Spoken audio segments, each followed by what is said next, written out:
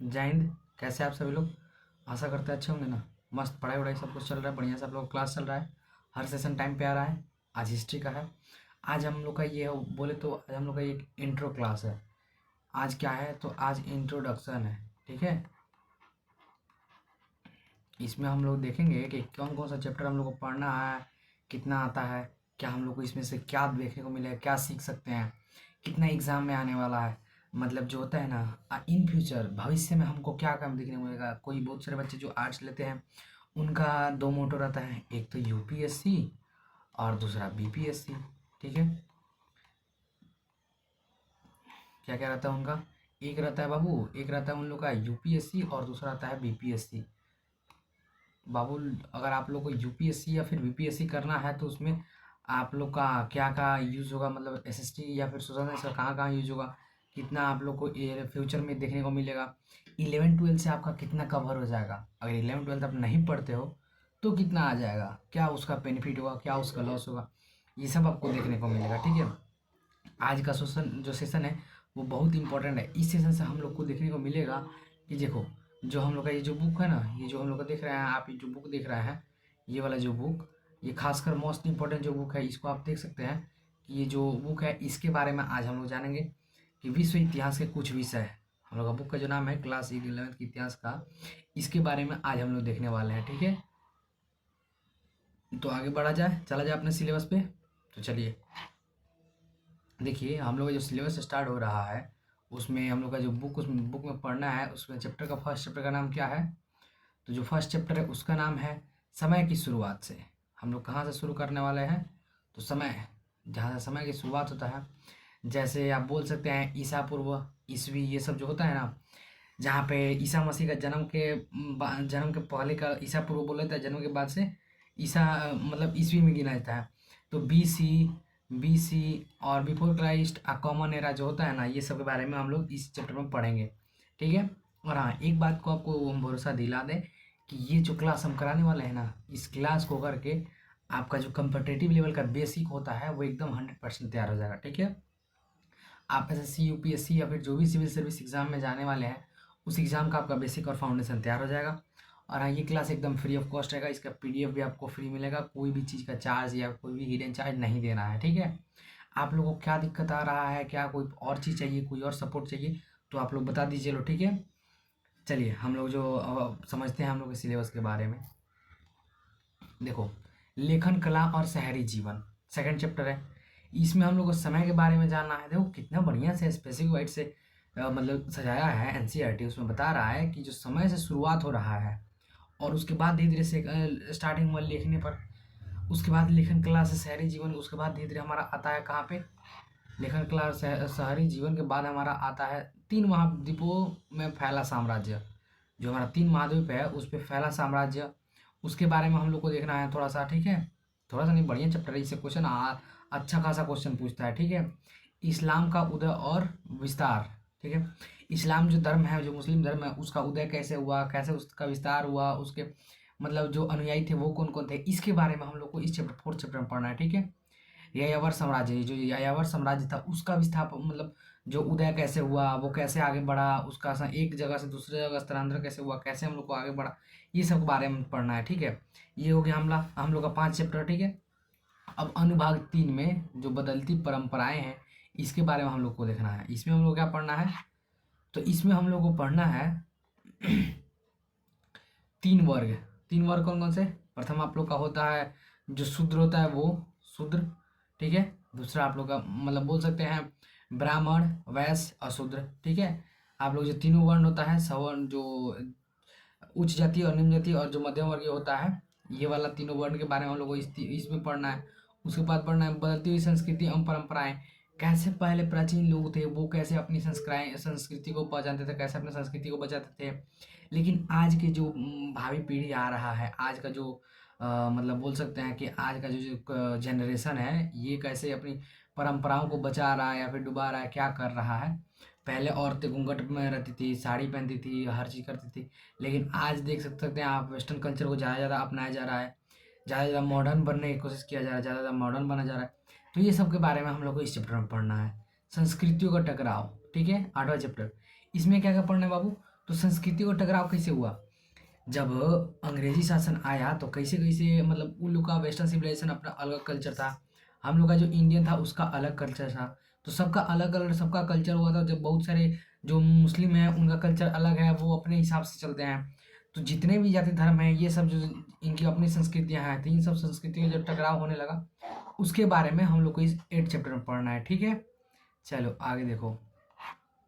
अब देखो औद्योगिक क्रांति, जब संस्कृति का टकराव होने लगा, सब कुछ होने लगा, उसके बाद हमारा शुरू होता है औद्योगिक क्रांति। क्या शुरू होता है बाबू? तो उसके बाद हमारा शुरू होता है औद्योगिक क्रांति। औद्योगिक क्रांति मतलब सर पहले लोग जो किसानी करते थे, आप लोगों ने देखा होगा आपके दादाजी हल चलाते थे। आज भी कहीं कहीं बहुत बहुत कम रेयर केस में आप लोग को गाँव में देखने को हल होल बैल वैल देखने को मिल जाएगा। ठीक है, तो उस टाइम जो लोग करते थे वो किसानी करते थे कौन चीज़ से? फावड़ा से, कुदाल से, बैल वैल से। बहुत टाइम लगता था, बहुत दिनों दिनों तक खेत कोड़ाता था, बहुत लंबा समय होता था। पानी पटाया जाता था पंपी सेट से, पहले कुआं से पानी निकाल के कियारी बना बना के उसके बाद पानी पटाया जाता था। लेकिन आज के टाइम में क्या है, मोटर आ गया, बोरिंग हो गया, ट्रैक्टर आ गया, बहुत सारे इक्विपमेंट्स आ गए हैं जो हमारे जो खेती वाले काम है, जो भी हमारे मतलब किसानी वाले काम है उस सबको आसान कर रहे हैं। तो इसी को बोले था औद्योगिक क्रांति। औद्योगिक क्रांति कैसे हुआ, कैसे इसका शुरुआत हुआ, कहाँ से ये फैला, कैसे कैसे आगे बढ़ा, कैसे कैसे ट्रेन का विस्तार हुआ, कैसे कैसे हवाई जहाज बनने लगे, इस सब के बारे में हम लोग को औद्योगिक क्रांति में पढ़ना है। ठीक है, चलो आगे देखो। मूल निवास का विस्थापन, कैसे कैसे लोग अपने अपने स्थान से पलायन करके दूसरे जगह जाने लगे। अपने मतलब जो वहाँ पे रहते थे उनके जो दादा परदादा थे वो रहते थे, कैसे कैसे उन लोगों को पलायन होने लगा, कैसे कैसे जो अंग्रेजी शासन थे वो उनको पकड़ के एक स्थान से दूसरे स्थान तक ले जाए जाने लगी। ये सब के बारे में हम लोग को मूल निवास के विस्थापन में मतलब जो हमारा 10वां चैप्टर ना उसमें पढ़ना है, इस चैप्टर में। ठीक है, चलो औद्योगिकरण के रास्ते। अब देखो जो हमारा लास्ट चैप्टर है उसमें हम लोग को पढ़ना है औद्योगिकरण के रास्ते। औद्योगिकरण का जो रास्ता था, औद्योगिकरण के रास्ते, अरे एक सेकंड, हाँ, जो आधुनिकीकरण जो है ना उसके रास्ते के बारे में। आधुनिकीकरण कैसे कैसे कैसे मॉडर्न सिविलाइजेशन कैसे आने लगा। पहले के जो लोग थे वो साइंस वाइंस पे उतना जानते थे, लेकिन साइंस के बारे में उतना नहीं मानते थे। पहले के लोग जो थे वो भगवान को जो मतलब टोना टोटका ये सब मंत्र उच्चारण ये सब में ज़्यादा बिलीव लेते थे। लेकिन आज की जो जनरेशन आ रहा है वो साइंस पे ज़्यादा, मेडिसिन पे ज़्यादा भरोसा कर रहा है। पहले के लोग झाड़ फूक पे ज़्यादा भरोसा करते थे। तो यही आधुनिकरण का जो हो रहा है, आधुनिकरण के रास्ते पर अपनाया जा रहा है। ये सब चीज़ के बारे में हम लोग को ही 11 चैप्टर में पढ़ना है। ठीक है, सिलेबस समझ में आ गया हम लोग का जो चैप्टर है उसमें किस चैप्टर में क्या क्या पढ़ना है। अब रहा बात, सर आप जो क्लास करा रहे हैं, ठीक है आप क्लास करा रहे हैं, हमको पता कैसे चलेगा कि आप कब क्लास करा रहे हैं कब क्लास नहीं करा रहे हैं? तो बाबू इसका 3 मेथड है। एक, आप चैनल को सब्सक्राइब कर लीजिए। ठीक है, आप वाईटी पे मेरे चैनल को सब्सक्राइब कर लीजिए, वहाँ से आपको टाइम टेबल मिल जाएगा। ठीक है, डेली सुबह 5 से 6 के बीच में आप लोगों को पोस्ट मिल जाता है कि आज क्लास इतना बजे चलेगा, आज ये क्लास होगा, आज ये सब्जेक्ट पढ़ाया जाएगा। डेली आप लोग को मिल जाएगा ऐसे। ठीक है, उसके बाद वाईटी के बाद आप लोग को मिलेगा आपका मतलब जो होता है टेलीग्राम पे। टेलीग्राम भी आप ज्वाइन कर लीजिए। ठीक है, उसके बाद आप व्हाट्सअप चैनल भी ज्वाइन कर लीजिए, यहाँ पे भी आपको नोटिफिकेशन मिल जाएगा टाइम टू टाइम। टेलीग्राम पे आप लोगों को क्या क्या बेनिफिट और मिलने वाला है, तो क्विज सेशन भी आएगा, टेस्ट सीरीज भी इसी पे आएगा, और साथ में आप लोग का जो प्रैक्टिस सेशन आएगा वो भी इसी पे आएगा। आपको ऑब्जेक्टिव टाइप सारा क्वेश्चन इसी पे आएगा, सब्जेक्टिव टाइप भी क्वेश्चन इसी पे आएगा। एकदम फ्री, एकदम फ्री, कोई चार्ज नहीं लगेगा। ठीक है, हर चीज़ आपको टेलीग्राम पे फ्री मिलेगा। इसका लिंक डिस्क्रिप्शन बॉक्स में मिल जाएगा, या फिर हम सेशन के लास्ट में आपको ये दोनों का स्क्रीनशॉट आपको दिखा देंगे, आप उसको स्कैन कर लीजिएगा और टेलीग्राम और व्हाट्सएप चैनल दोनों पे जुड़ जाइएगा। ठीक है, आपको ये सेशन मिलने वाला है एकदम फ्री मिलने वाला है। इसके लिए आपको कोई भी हिडन चार्ज या फिर कोई भी एक्स्ट्रा चार्ज नहीं देना पड़ेगा, जिससे आप लोग को दिक्कत हो। बाबू हम चाहते हैं जो बच्चा आर्ट्स लिया है एकदम बेहतरीन ढंग से पढ़े। बहुत से बच्चे जो होते हैं आर्ट्स 11th में आर्ट्स लेते हैं, सोचते हैं नहीं पढ़ना है, लेकिन नहीं, अगर पढ़ोगे तो ही कंपटीशन में पढ़ पाओगे। ठीक है, अब चलो हम लोग चलते हैं सीधे अपने एनसीईआरटी पे। ठीक है, चलिए लो आ गए हम लोग अपने जो चैप्टर है उस पर। ठीक है, हम लोग का चैप्टर जो है उसमें पढ़ना क्या क्या है वो हम लोग ने देख लिया। हम लोग जो बुक है एनसीईआरटी उसमें क्या क्या पढ़ना है उसके बारे में हम लोग ने विस्तार से चर्चा कर लिया। ठीक है, अब आगे हम लोग को देखना है कि जो हमारा चैप्टर है लेखन कला और शहरी जीवन, इसमें क्या हम लोग को देखने को मिला, क्या सीखेंगे।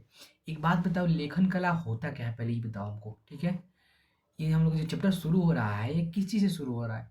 तो ये सीधे सीधी बता रहा है कि ये शुरू हो रहा है हम लोग का प्रारंभिक जीवन से। कहाँ शुरू हो रहा है बाबू? प्रारंभिक समाज से शुरू हो रहा है। कहाँ से शुरू हो रहा है? तो ये शुरू हो रहा है प्रारंभिक समाज से। प्रारंभिक समाज से क्या होता है? तो प्रारंभिक समाज आप समझ सकते हैं पहले लोग कैसे रहते थे? आदि मानव की तरह। आदि मानव से धीरे धीरे वो अपने सिविलाइज होना स्टार्ट किए। लोग एक दूसरे के साथ रहना सीखे। रहने के साथ साथ वो अपना समाज बनाए, एक घर परिवार बनाए, मतलब सबको ही मिलजुल के रहने लगा। तो उस टाइम जो समाज का कल्चर चलता था उसको बोलते हैं प्रारंभिक समाज। ठीक है। लेखन कला क्या होता है? लेखन कला या फिर लिखने की कला या फिर शहरी जीवन, लिखने की कला कैसे डेवलप हुई उनके अंदर, शहरी जीवन क्या है, ये सब के बारे में इस चैप्टर में हम लोग को पढ़ना है। ठीक है। चलिए लोग हम लोग अपना चैप्टर के बारे में चलते हैं और आगे देखते हैं। ठीक है। चलो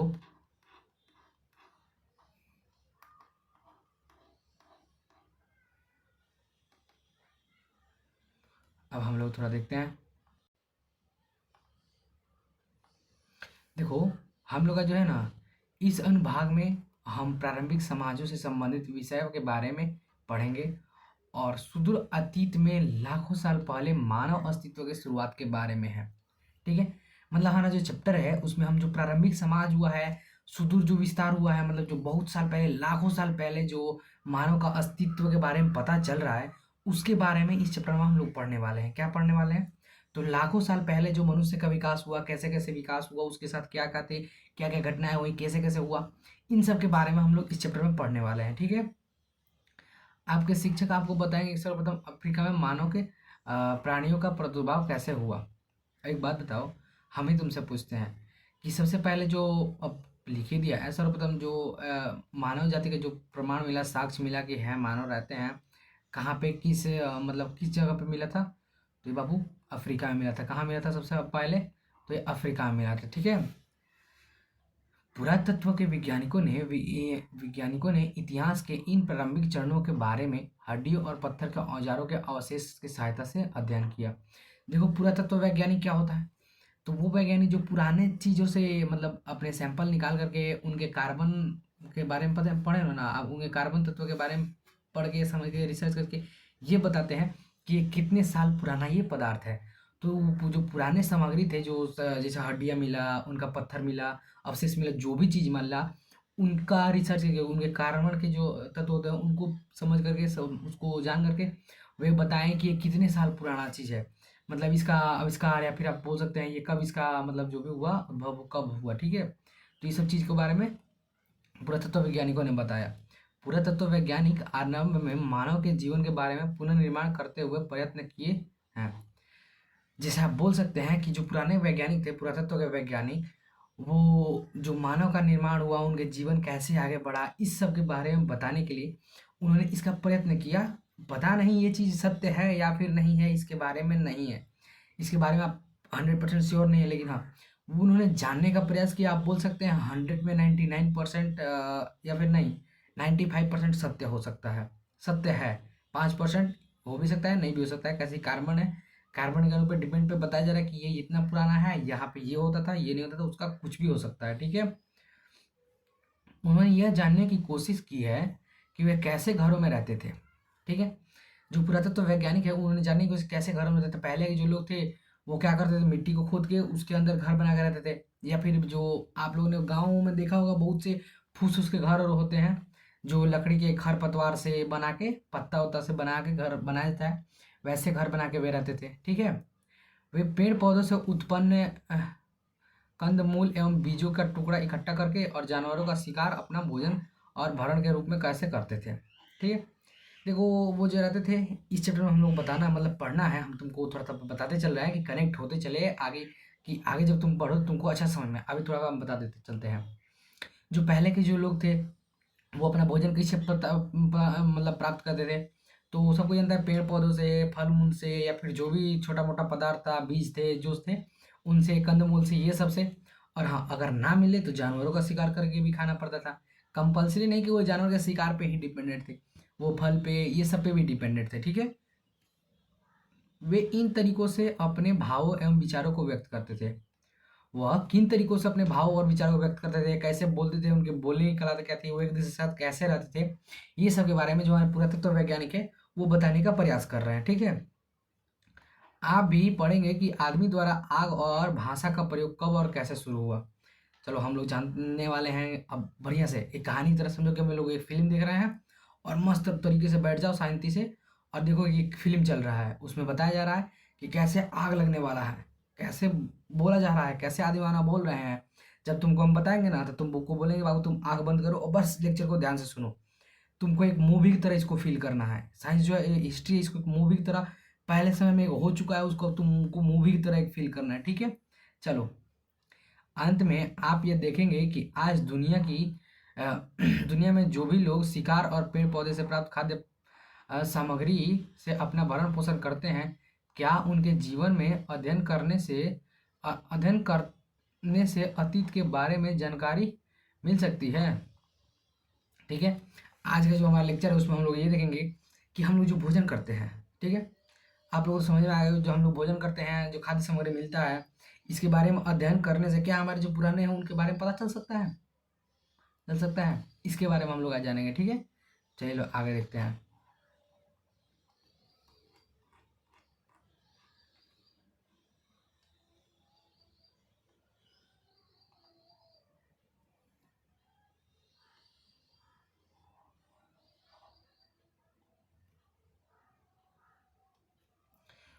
विषय में कुछ प्रारंभिक जैसे नगरों जैसे मेसोपोटामिया, वर्तमान इराक।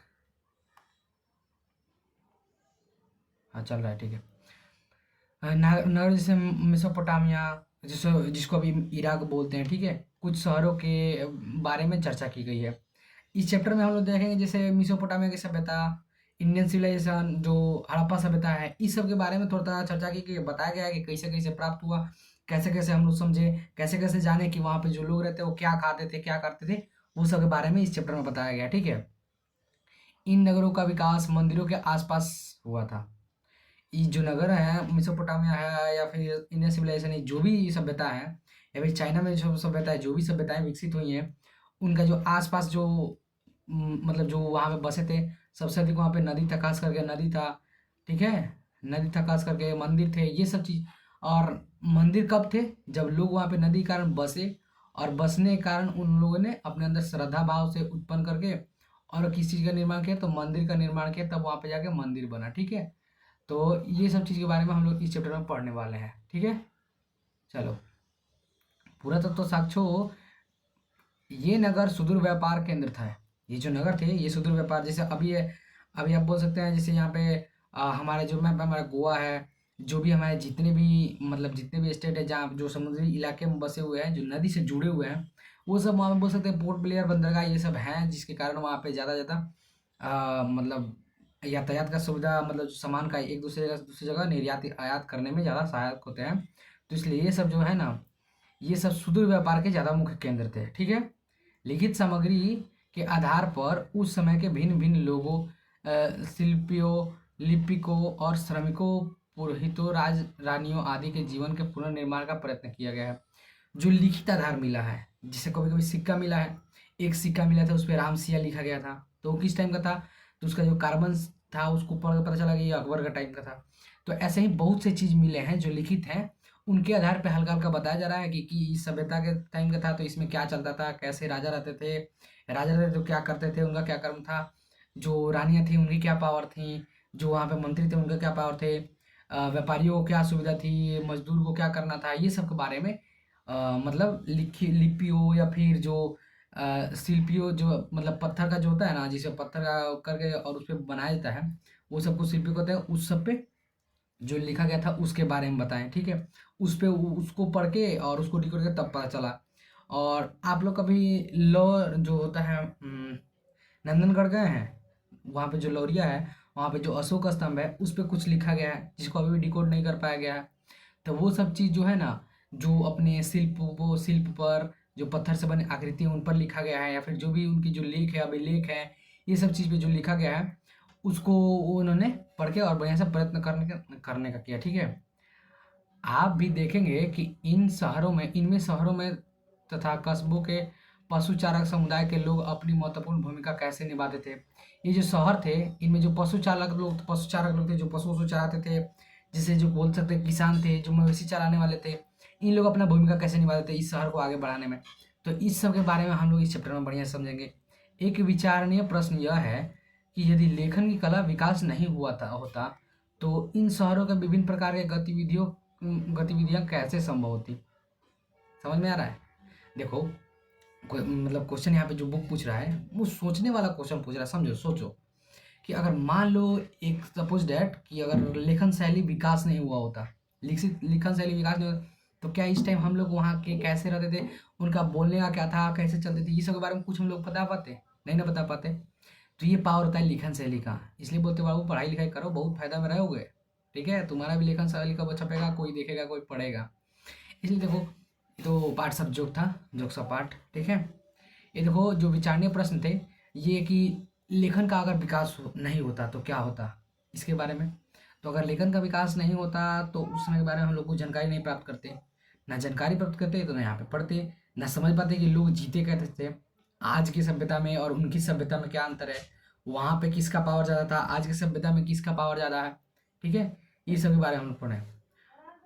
आपको यह जानकर आश्चर्य होगा कि लाखों वर्षों तक जंगलों, गुफाओं और काम चलाऊ घरों और आहारों तथा शिल्प सराओं में रहने वाले इंसानों ने आगे चलकर गांव और शहरों में रहना कैसे शुरू किया।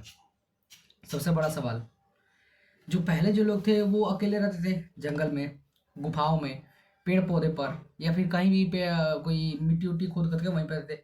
लेकिन धीरे धीरे आप आगे पढ़ेंगे कि वो सब एक साथ रह के कभी गुफाओं में रहना कैसे शुरू किया, गुफाओं के साथ वो अपना घर बनाना कैसे शुरू किए, या फिर वो कैसे अपने जो काम चलाऊ घर है उसको बनाना कैसे स्टार्ट किया, फिर जो भी करना था वो इंसानों ने कैसे आगे चल कर किया, इस उनका दिमाग कैसे विकसित हुआ, ये सब के बारे में पढ़ते हैं। तुम एक बात बताओ कि हम एक क्वेश्चन तुमसे पूछते हैं कि मनुष्य जीवन में मतलब उस टाइम के सबसे अधिक प्रभावशाली खोज क्या था, सबसे ज़्यादा इंपॉर्टेंट खोज क्या था जिसके कारण पूरा इतिहास का जो रुख है वो ही बदल गया। बताओ, एक खोज के नाम बताओ। ठीक है, यह लंबी कहानी है, ऐसी अनेक घटनाओं से जुड़ी है जो सर्वप्रथम नगरों की स्थापना से कम 5,000 वर्ष पहले घटी हुई थी। नगरों की स्थापना, कस्बों की स्थापना से पहले 5,000 वर्ष पहले ये सब कहानी घटी हुई थी। इसके बारे में हम लोग जानकारी करेंगे। ठीक है, चलो आगे देखते हैं।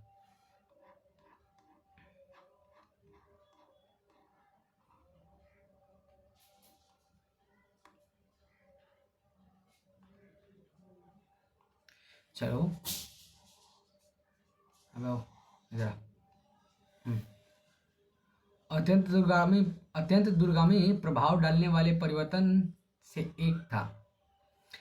में से एक था धीरे धीरे खानाबदोश जिंदगी को त्याग कर खेती की ओर एक स्थान पर बस जाना। देखो, पहले के जो लोग थे वो थे इस पर फल मिला, इस सीजन में यहाँ पे फल लगा तो यहाँ पे चले गए, फिर अब भोजन ढूंढते ढूंढते कहीं और चले गए, कभी किसी जानवर को मार के खा लिए तो कभी कहीं कुछ खा लिए। तो ये सब पहले के लोग जो थे वो क्या थे, तो वो लोग जो थे खाना बदोश जिंदगी जीते थे, खाना के भरोसे, जहाँ खाना मिला वहाँ रहते थे, जहाँ पानी मिला वहाँ रहते थे। लेकिन अब धीरे धीरे लोग क्या हुए, एक जगह पे बसना स्टार्ट किए, एक जगह पे बसना स्टार्ट किए, वहाँ पे बस जाना, वहाँ पे अपना मतलब कृषि विषि कार्य करना, वहाँ पे अपना खाना, अपना घर बनाना, ऐसे अपना परिवार बनाना। तो ये सब के बारे में इस चैप्टर में हम लोग पढ़ेंगे, जो कि एकदम इंपॉर्टेंट चीज़ है। आप लोग से हम लोग क्वेश्चन कुछ देर पहले पूछते हैं कि सबसे ज़्यादा जो पावरफुल आविष्कार था वो कौन सा था, आप लोग कमेंट बॉक्स में बताया नहीं अभी तक, जल्दी जल्दी बताइए। जो लगभग 10,000 साल पहले शुरू हो गया था, जो कि खाना बदोश से छोड़ करके और जो मतलब पेड़ पौधा से छोड़ छोड़ के कहाँ रहना स्टार्ट कर देते, किस स्थान पे, किसी जगह पे घर बना करके रहना स्टार्ट कर देते, वो कब शुरू हो गया था, तो 10,000 वर्ष पहले शुरू हो गया था। ठीक है, आपके शिक्षक आपको बताएंगे कि कैसे खेती अपनाने से पहले लोग कैसे कैसे अपना भोजन के लिए पेड़ पौधों के उपज इकट्ठी किया करते थे। देखो, हम ही तुमको बताते हैं, अभी शिक्षक तो तुम्हारे हम ही हैं। पहले के जो लोग थे, अब तुम कभी जंगल में टूर करने गए हो? नहीं गए हो ना? अगर जो गया होगा तो देखा होगा कि पेड़ पौधे फल लगे रहते हैं, तो कुछ लोग इधर जाते हैं, कुछ लोग उधर जाते हैं, कुछ लोग कहीं कहीं जाके और एक मार्क सेट कर देते हैं कि यहाँ पे हम लोग शाम को अच्छा या फिर 1 घंटा बाद यहाँ पे मिलेंगे। वहाँ पे कुछ निशान उशान लगा के और चले जाते हैं और अपने हिसाब से अपना भोजन वोजन ढूंढते हैं, जो मतलब प्योर थी करने, ट्रैकिंग करने जाते हैं, उनका भोजन खत्म हो जाता है तब। तो जो भी मिलता है वो सब लेकर के एक ही स्थान पे इकट्ठा होते हैं। तो वही बोलते हैं, पहले के जो लोग थे वो क्या करते थे अपने भोजन के लिए पेड़ पौधों की उपज इकट्ठी करते थे। ठीक है, मतलब पेड़ पौधों में जो भी फल लगा, जो भी खाने या पदार्थ मिला, वो सबको लेके एक जगह इकट्ठा करके और वहाँ पे अपना मतलब साथ में मिलकर के खाते पीते थे। ठीक है, धीरे धीरे उन्होंने भिन्न भिन्न पौधों के बारे में जानकारी प्राप्त की। धीरे धीरे जब जैसे जैसे लोग जंगल में रहना स्टार्ट कर देता है तो उसको कैसे जो लोग रहते वो कैसे अपनी वो कहाँ उगाते थे, वो किस मौसम में फलते हैं। ये जो पौधे की जानकारी होता है ना, मतलब फसल की, जैसे गेहूँ हो गया ठंडी के मौसम फलता है, धान हो गया गर्मी या फिर बरसात के मौसम में आता है, उसमें पानी कितना डालना होता है, कौन पानी वाला सीजन का मौसम है कौन नहीं है, ये सब के बारे में कैसे जानते थे। धीरे धीरे पौधों के बारे में काम करते, खेती करते करते उनको जानकारी प्राप्त होने लगा। बाबू साउंड के लिए थोड़ा सा सॉरी बोलते हैं, बगल में काम हो रहा था, अभी अभी थोड़ा सा मैनेज कर लीजिएगा लोग। हम आगे चल के साउंड वाला थोड़ा सा कुछ कर लेंगे, माइक भी कभी नहीं है तो फ़ोन से बस थोड़ा सा आप लोग के लिए हो रहा है, थोड़ा सा बस मैनेज कर लीजिएगा लोग, ठीक है। ज़्यादा दिक्कत हो रहा हो तो कमेंट बॉक्स में बताइए, हम थोड़ा सा कुछ अलग जुगाड़ करेंगे, ठीक है। चलो, इस जानकारी के आधार पर उन पौधों को उगाना सीख लिया। ये जो जानकारी था, जैसे मतलब गेहूँ हो गया, उसको एक जगह बो के फिर उखाड़ के दूसरी जगह लगाना नहीं पड़ता है, लेकिन जब धान हो गया उसको एक जगह बोया जाता है, पहले बिया छिटा जाता है, फिर उसको जब निकालने के बाद दूसरी जगह पे उसको रोपा जाता है, बोया जाता है। तो ये सब होता है। इसलिए ये सब जो फसल होता है ना, कभी कोई फसल क्या होता है तो उसको बिया छीट दो तो वो लग गया। कोई फसल होता है उसको ज़्यादा पानी में डाल के उसको मतलब उगाओ, फिर पानी डाल के उसको निकालो, और उसके बाद पानी डाल के निकालने के बाद उसको क्या करो, तो उसको ले जाओ किसी दूसरे जगह पे लगाओ। उस खेत को भी पहले पानी से गीला करो, पाँक टाइप का बनाओ। तो ऐसे ऐसे फसलों के बारे में उसको कैसे उगाना है, जानकारी कैसे प्राप्त करना है, ये सब उनको करते करते धीरे धीरे समय के साथ उन्होंने सीख लिया, ठीक है। पश्चिमी एशियाई में गेहूँ और जौ मटर जैसे कई तरह के दालों की फसलें उगाई जाती थी, ठीक है। अभी बताए हैं पूर्वी जैसे दक्षिणी पूर्वी एशिया जैसे ज्वार बाजरा धान फसलें आसानी से उगाई जा सकती थी। ज्वार बाजरा अफ्रीका में पैदा किया जाता था। उन्हीं दिनों लोगों ने भेड़ बकरी ढोर सुअर और गधा जैसे जानवरों को पालतू बनाना सीख लिया था, ठीक है। वो जो टाइम था उस टाइम बहुत से लोग थे जो थे पेड़ पौधों को पाल मतलब जो जानवर थे उनको पालतू बनाना सीख लेते। जो आपका जो आप बोल सकते हैं, एक सेकंड, हाँ, जो आपका ये जो कौन सा बोल सकते हैं पश्चिमी एशियाई वाला देश था, पश्चिमी एशियाई जिसे बोल सकते हैं अफ्रीका, पश्चिमी एशियाई वाला जो देश जैसे जो ठंडे इलाके वाले अमेरिका हो गया या फिर जो भी उस साइड का देश हो गया, कनाडा हो गया, यहाँ सब में क्या होता था, यहाँ पे गेहूँ गेहूँ वाला मटर वाला जौ वाला बाजरा वाला ये सब वाले फसल वहाँ पे उगाए जाने लगे, दालों की फसल उगाई जाने, लेकिन जो पूर्वियाई दक्षिणी एशिया पूर्वियाई पूर्वी जो एशियाई देश थे वहाँ पे ज्वार बाजरा धान ये सब की फसलें उगाई जाने लगी, ठीक है। एशियाई का बात कर रहे हैं, सॉरी, वहाँ पे हम अमेरिका दूसरे देश का कॉन्टिनेंट का बात कर दिए, कोई नहीं, ठीक है। और धीरे धीरे लोग अपने समय के साथ अलग अलग जानवरों को अलग अलग चीज़ों को पालतू बनाना सीखने लगे। जैसे अलग अलग जानवर, जैसे कुत्ता को, बिल्ली को, गधा को, बिल्ली को नहीं गधा को, भेड़ बकरी को, गधा से कैसे काम निकलना है, घोड़ा से कैसे काम निकलना है, ये सब को, ढोर को, ये सब को वो लोग पालतू बनाना सीख लिए, ठीक है। तब पौधों से निकलने वाले रेशे जैसे रुई पटसन पशुओं से उगने वाले रेशों जैसे ऊन आदि के कपड़े बुने जाते थे।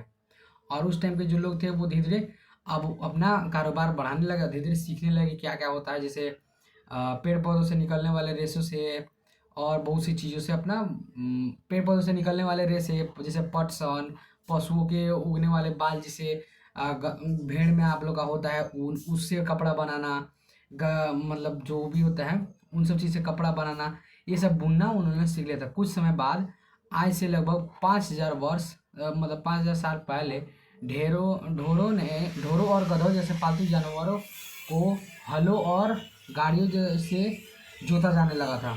आज से लगभग 5,000 साल पहले आप लोगों ने अभी देखा है ना, बैल वैल से या फिर जो भी चीज़ है ट्रैक्टर वैक्टर से जोता जाता है, लेकिन आज से 5,000 साल पहले किस चीज़ से जोता जाता था, तो वो जो ढोर ढोर जो जानवर हैं गधा होते हैं इन सब से मतलब इन सब को पकड़ पकड़ के और इन सब से जुताई करवाया जाता था, ठीक है। इन सबको पालतू जानवरों को बना करके इनको पालतू जानवर मतलब पाला वाला जाता था और इनको गाड़ियों की जगह जोता जाता था। बाबू एक बात बताएं, पहले के जो लोग थे ना एक टाइम वो खुद भूखा रह जाएंगे, लेकिन अपने जो कुत्ता होता है अपना जो मतलब उनका जो जानवर साथ देता है, उनका जो साथी जानवर होता है उसका साथ कभी नहीं छोड़ते थे। ये बहुत बहुत पावरफुल बात है कि वो जो पहले के जो लोग थे वो अपने जो साथ जानवर उनके साथ आया है वो भूखा नहीं रहना चाहिए, अपने भूखा रह जाएंगे, लेकिन जो शिकार किए हैं या फिर जो फसल हुआ है जानवर को एकदम खिलाएंगे, जानवर खिलाना कंपलसरी था, ठीक है। इसलिए ताकि अगर मतलब कोई दिक्कत हो रहा है कोई दिक्कत हो रहा है तो कम से कम उसका जानवर उसके साथ रह रहा है ना, मतलब उसका जानवर उसको बढ़िया से खिला पिला के मतलब साथ सुरक्षा करवा रहा है ना, इसके लिए पहले लोग जानवरों को अपने ज़्यादा अहमियत दे करके और उनको करते थे। लेकिन इस घटनाओं के फलस्वरूप और भी अधिक परिवर्तन हुए। जो समय चल रहा था उस टाइम, इसके अलावा और बहुत सारे परिवर्तन हुए, ठीक है। जब लोग फसल उगाने लगे तो उन्हें एक स्थान पर ही तब तक रहना पड़ता जब तक कि उनकी उगाई गई फसल पक ना जाए।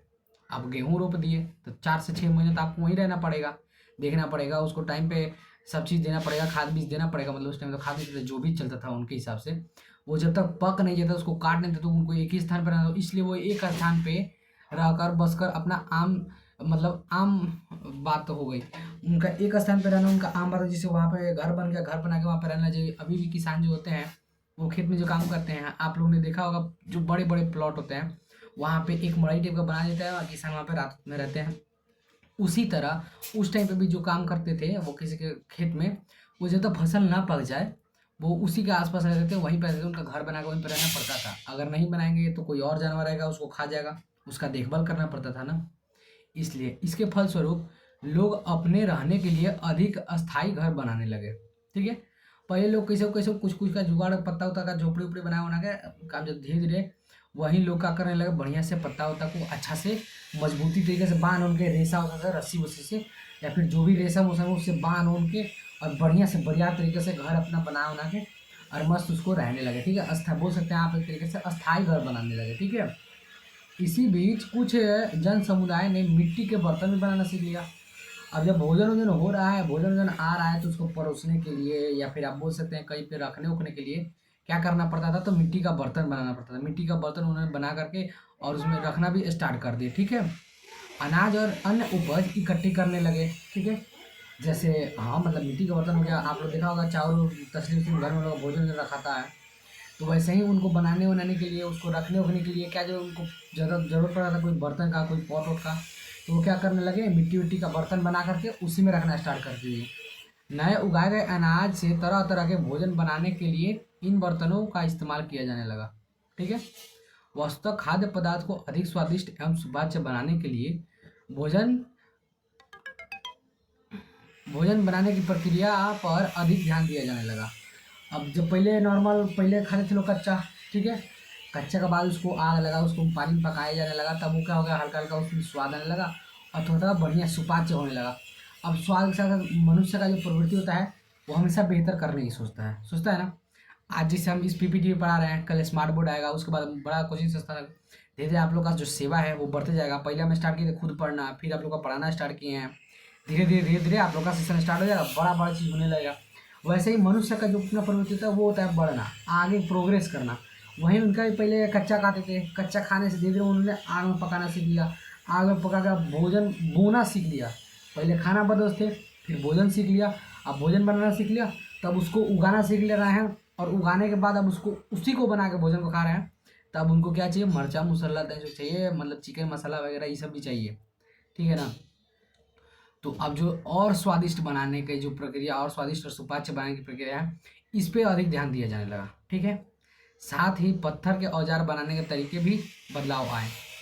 देखो पहले जो एकदम स्टार्टिंग में था वो क्या था, बड़ा बड़ा लोग पत्थर ले लेता था, उससे शिकार करता था। लेकिन बड़ा पत्थर क्या, जब बड़ा पत्थर तुम चलाओगे तो उसके लिए ज़्यादा एनर्जी चाहिए ना। और वही धीरे धीरे क्या हुआ, बड़ा पत्थर से लोग छोटे छोटे छोटे छोटे औजार, बड़ा पत्थर था उसको पैंतालीस से छोटे छोटे औजार पे वो लोग लाने लगे। हम तुमको नेक्स्ट जो क्लास लेंगे उसमें वो भी फोटो दिखाएंगे छोटे छोटे औजारों का, ठीक है। छोटे छोटे औजार का भी वो लोग छोटे छोटे पत्थरों का औजार बना करके, नुकीले पत्थर का, छोटे पत्थर के जो टूक होते हैं नुकीले, उसको औजार बना करके उसको लगाने का उपयोग करने लगे। हालांकि औजार बनाने के में एक सेकंड,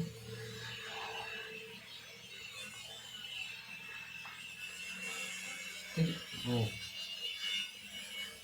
लिख रहा है, हाँ ठीक है। हालांकि औजार बनाने के पहले वाले तरीके भी चालू रहे, पर कुछ औजार अधिक उपकरण और घिसाई से विशद प्रक्रिया के जरिए चमकना और पॉलिशदार बनाए जाने लगे। पहले का जो औजार है वो भी था, मतलब एक बार तो चेंज हो नहीं सकता है, तो चेंज नहीं किया। धीरे धीरे वो लोगों ने परिवर्तन शुरू किया और धीरे धीरे क्या करना स्टार्ट किए, तो उसको घीस घीस करके बढ़िया से काट करके एक साइड से बने हुए सब पिजा पिजा करके उसको नुकीला, धारदार और चमकदार पॉलिश वॉलिश करके बढ़िया से बनाने लगे, ठीक है। अनेक नए उपकरण बनाए गए, जैसे अनाज की पिसाई, सफाई करने के लिए ओखली और मूसल जो आप लोग अभी देखे होंगे, धान उन चिड़ा उड़ा कोटा जाता है, मतलब वो तो नहीं होता है। गेहूँ छाटने उठने के लिए मूसर उसर यूज होता है, अधिकतर हम लोग बिहार या फिर जो गांव टाइप का एरिया होता है वहाँ पे, झारखंड फिर राजस्थान वगैरह में खेतरी वेतरी में, तो सबसे अधिक जो मूसल उसर का यूज होता है वो सब का बनाया जाने लगा, ठीक है। और मूसल और पत्थरों की कुल्हाड़ी, कसिया और फावड़ा जैसे जुताई के लिए फिर भूमि की सफाई, अ, आप बोल सकते सफाई की जाती है ऐसे। तो या वीडियो को थोड़ा ऊपर करना दो।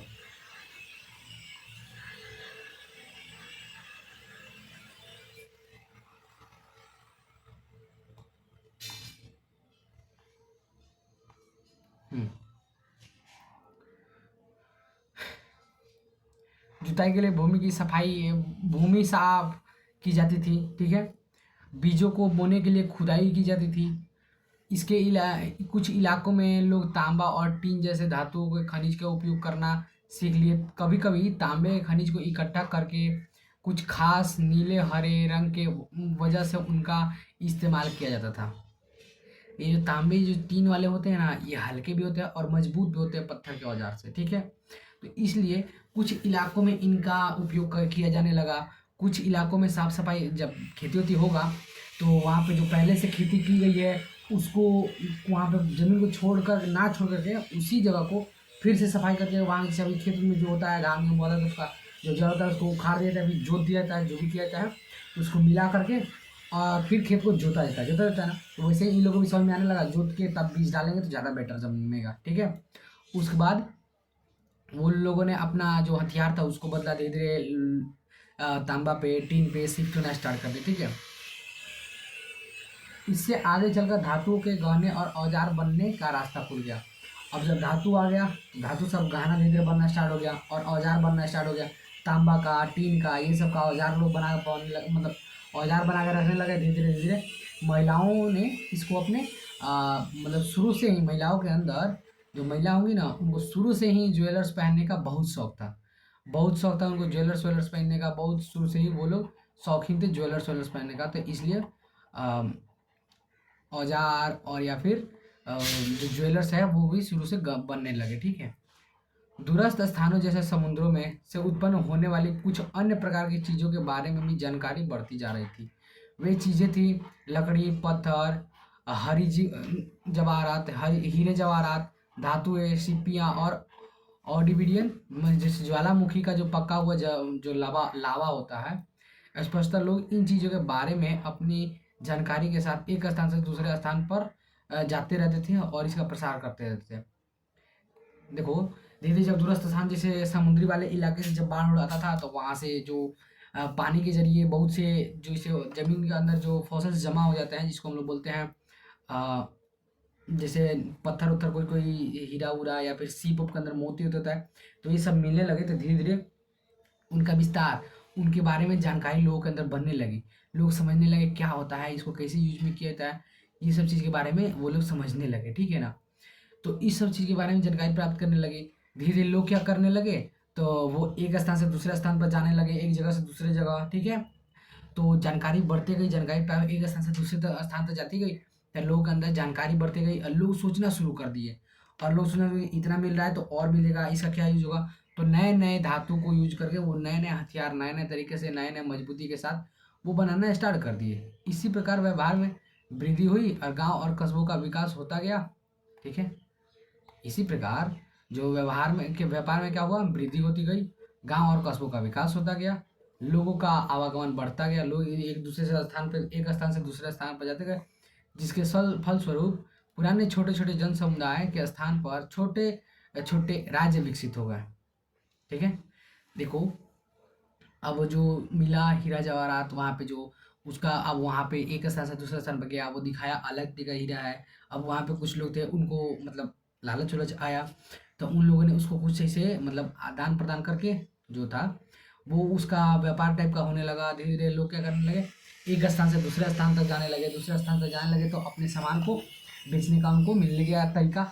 और धीरे धीरे धीरे जो छोटे छोटे गाँव थे, कस्बे थे, जो जन समुदाय थे वो क्या होने लगे, तो अब छोटे छोटे राज्य में विकसित होने लगे, ठीक है। यद्यपि ये परिवर्तन बहुत धीमी गति से हुई, ये हालांकि धीरे धीरे गति से हुई, फिर भी इस प्रक्रिया को कई हजार वर्ष लग गए, ठीक है, कई हजार वर्ष लग गए मतलब इस प्रक्रिया को होने में। लेकिन जब शहर स्थापित हो गया तो इसका विकास होने लगा और इन परिवर्तनों का रफ्तार भी तेज हो गया।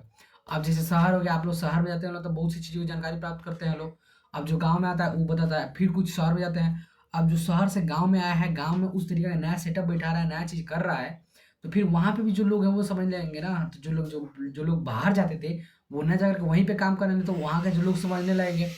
इसलिए मतलब जानकारी बढ़ने लगी तो रफ्तार तेज हो गई। जो वृद्धि हो रहा था राज्य का, समुदाय का, जो जन का ये जो विकास हो रहा था उसमें प्रगति आने लगी धीरे धीरे। मतलब ज़्यादा टाइम नहीं लगा लेकिन फिर भी दसों हजार वर्ष लग गए। ठीक है, कई हजार वर्ष लग गए, कोई नहीं कह सकता है कितना वर्ष लगे, लेकिन लग गए, तब भी टाइम लगा। इनके अलावा इन परिवर्तनों का दूरगामी परिणाम निकले। ठीक है, इसका दूरगामी परिणाम निकले। कुछ विद्वानों ने चलो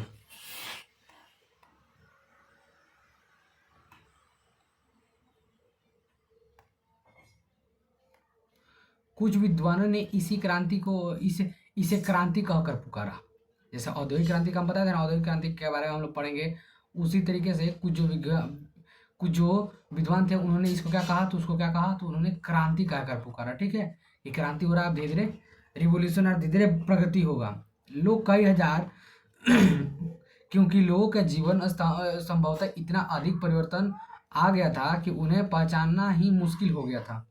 जबकि आप आरंभिक समाज के इन दो विपरीत विषयों के अवशोषण करें तो इनका निरंतर एवं परिवर्तन का अवश्य अवश्य अवलोकन करें।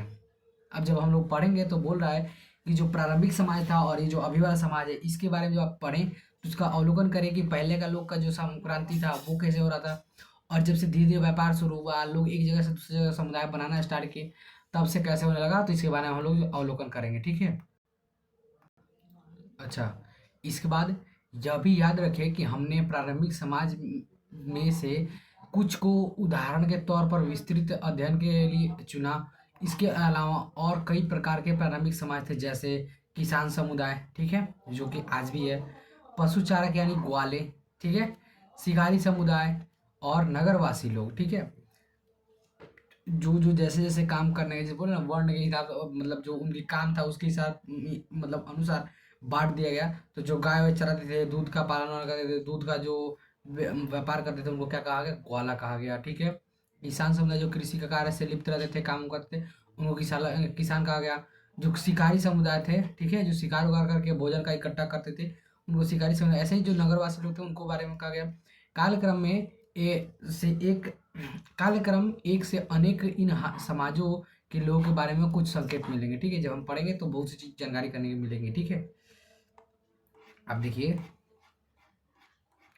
बाबू, जो कालक्रम है, अब जो टाइम वाला जो शुरू है, हम लोग का मेन टॉपिक यहाँ से जो स्टार्ट होगा, ये हम लोग स्टार्ट करेंगे नेक्स्ट क्लास में। ठीक है, नेक्स्ट क्लास में कालक्रम एक यहाँ से हम लोग स्टार्ट करेंगे। ठीक है, आज का क्लास थोड़ा लंबा हो रहा है, स्टार्टिंग में है थोड़ा सा, और जब क्लास व्लास हो जाए, बच्चे सब आप लोग जब जुड़ने लगे, कमेंट बॉक्स में थोड़ा बताइएगा कैसा लग रहा है, तो हम इससे बढ़िया और बेहतरीन सेशन लाएंगे।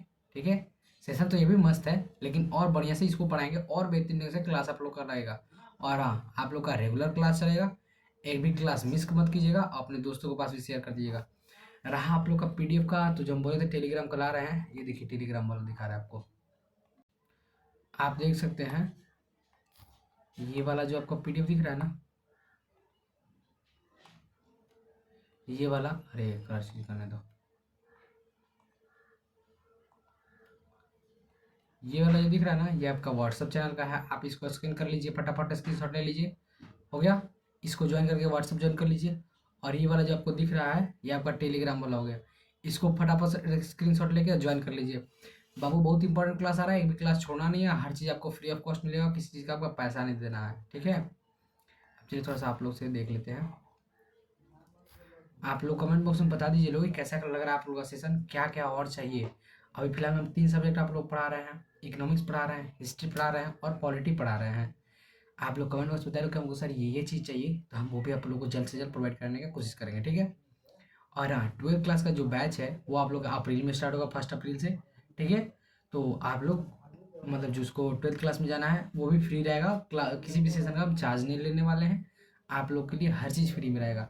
10th क्लास का जो बैच है वो भी आप लोग का फ्री में चल रहा है। जो 10th क्लास वाले हैं, अपने छोटे भाई बहन उनको बता दीजिए कि उनका जो फर्स्ट बजे 2 क्लास उनका भी चल रहा है डेली।